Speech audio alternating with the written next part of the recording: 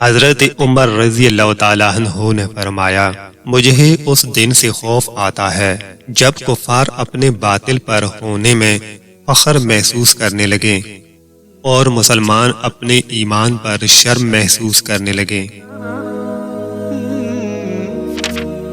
اگر سادہ یا پرانے کپڑے پہننے سے عزت میں کمی آتی تو ستارہ پیون لگی قمیض پہننے والے حضرت عمر فاروق رضی اللہ تعالیٰ عنہ 22 لاکھ مربع میل کے حکمران نہ بنتے۔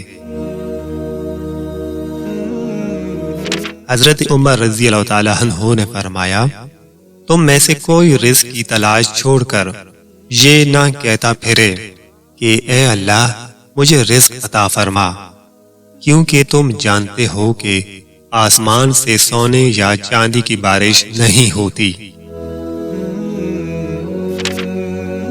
حضرت عمر فاروق اعظم رضی اللہ تعالیٰ عنہ نے اپنے بیٹے سے ارشاد فرمایا، کالے بالوں میں سفید بالوں کا آ جانا تجھے اللہ پاک کی نافرمانی سے منع کرتا ہے۔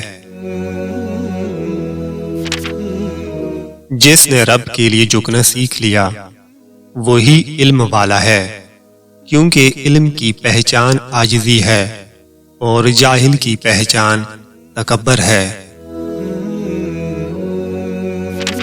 ان حضرت محمد صلی اللہ علیہ وسلم نے فرمایا، میرے بعد کوئی نبی ہوتا تو عمر رضی اللہ تعالیٰ عنہ ہوتا۔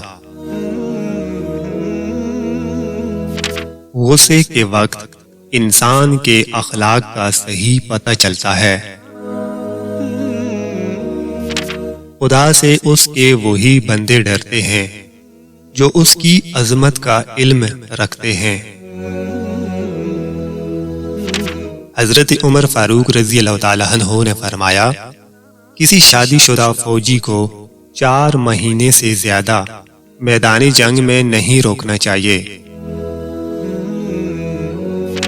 سب سے بڑی مصیبت کم مال اور کثرت عیال ہے۔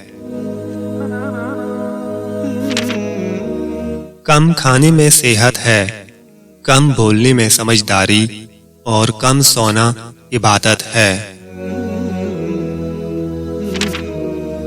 جو ریاست مجرموں پر رحم کرتی ہے وہاں کے بے گناہ لوگ بڑی بے رحمی سے مرتے ہیں۔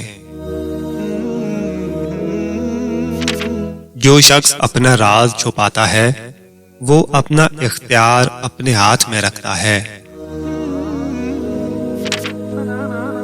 حضرت عمر رضی اللہ تعالیٰ عنہ کے بارے میں حضور اکرم صلی اللہ علیہ وسلم نے ارشاد فرمایا، شیطان عمر رضی اللہ تعالیٰ عنہ کے سائے سے دور بھاگتا ہے۔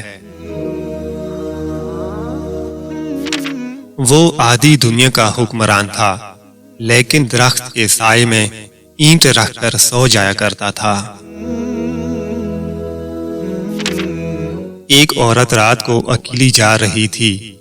آپ نے بیس بدل کر پوچھا کہ رات کو اکیلی جا رہی ہو، آپ کو ڈر نہیں لگ رہا کیا؟ عورت کہنے لگی، یا تو عمر کا انتقال ہو گیا ہے یا آپ خود عمر ہو، ورنہ عمر کے ہوتے ہوئے کسی کی اتنی جرأت نہیں کہ وہ راہ چلتی عورت سے سوال کر سکے۔